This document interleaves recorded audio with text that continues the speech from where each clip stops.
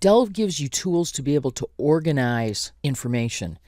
Remember that when I'm looking at my recent documents or anyone else's documents, it doesn't matter where these documents are. These documents might be in OneDrive. They might be in the Landon intranet site. They might be in my Landon Hotel San Francisco site. All of my documents mixed up together here. It's absolutely great because I don't have to care where they are. I can get to my documents. I can filter my documents based on specific file types. And remember that I have a search box, so I can search for particular documents if I wish. Check that out, that fast. Search for Landon. Here's my search results coming in from different team sites, from OneDrive. At the top of the card, I see who modified a document and when. The search term that I've entered is highlighted if it appears in the text. At the bottom, I have an icon that shows me what type of document this is, a link that will take me to this document. I can see how many times this document has been viewed. I can email someone a link to this document and see who can see this document. This particular document is shared with these folks. I can stop sharing it. I can email all these people, or I can invite someone else to the document. Isn't that beyond slick? So if someone asks me for a document, just imagine how you would have done this 3 or 5 years ago. Someone asks you for a document and you then go find it somewhere and send someone a link or attach it to an email. But what does the finding of it look like? Where was it stored? Did you ever actually save it, or is it someplace in Outlook as an attachment in your inbox? If we're storing all of our documents in the cloud, if I'm storing them in my OneDrive for business, if I'm storing my documents in SharePoint, look how easy it is for me to have a balcony view of my storage where I'm not caught up in the clutter of what's stored where. I can actually simply step up and say, show me all of the documents that I have access to, regardless of what site they're in or where they're stored. I love this. This saves me time, and that's why I love it. It's also beautiful, and that makes me happy. There's nothing wrong with something that looks good, but wow, isn't it nice to be able to find results this quickly? I have tools to be able to organize these documents. One tool is to be able to favorite something, and that adds it to a favorites list. If I click, it's subtle. It has a nice little blue ribbon on it now, but it also appears in my list of favorites right here. If I want to be able to organize a group of documents together, then I can use something called a board. When I create boards, it's simply groups of documents. It can be documents I created, documents other people created. Obviously, I can only add documents to boards if I can see them, but boards are publicly owned. If I create a board, as I have, for example, called Sales Brochure, that board can be added to by anyone, but each person who's adding to it is only going to see the documents that they actually have access to.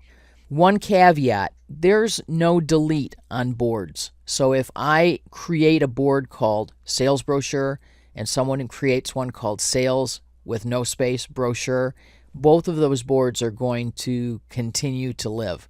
Even if I remove all of the files from a board like this one, it just says there's no items to show. It doesn't get rid of the view that the board creates.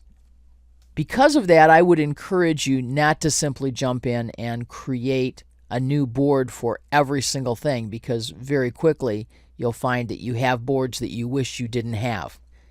You can favorite boards in the same way that you favorite documents.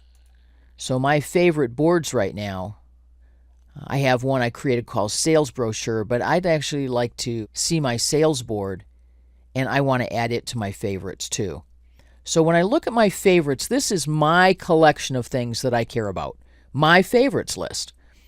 If I'd like to add something else to sales, one of my candidates would be this brochure that Tammy Marley Cox did, is in a group called Sales Brochure, but this document belongs to me in sales, so I'm going to add it to the sales board.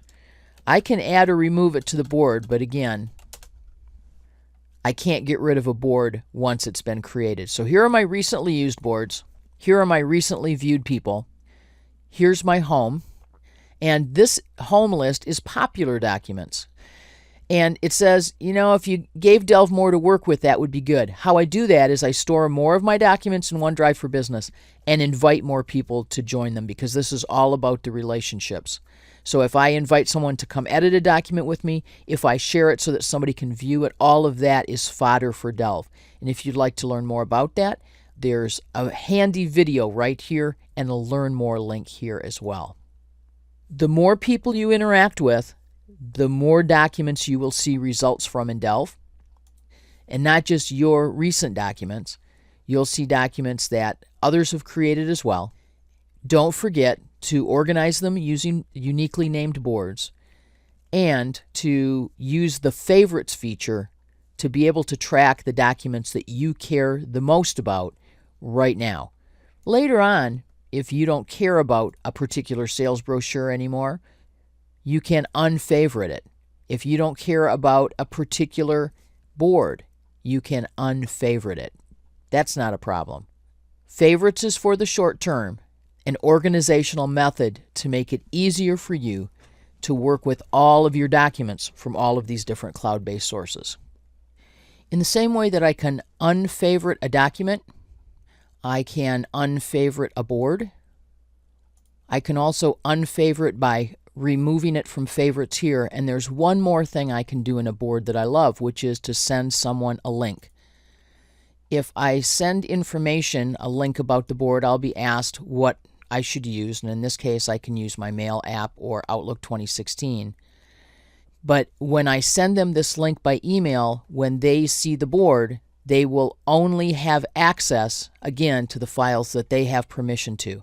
So this is a way that I can collect and curate a group of documents for people and say, hey, go take a look and see what's of value to you here, and invite them, in fact, to add other related files that would be useful for them and for others who had permission. So favorites is an organizational tool for you. Boards are a curation and organizational tool for your entire organization.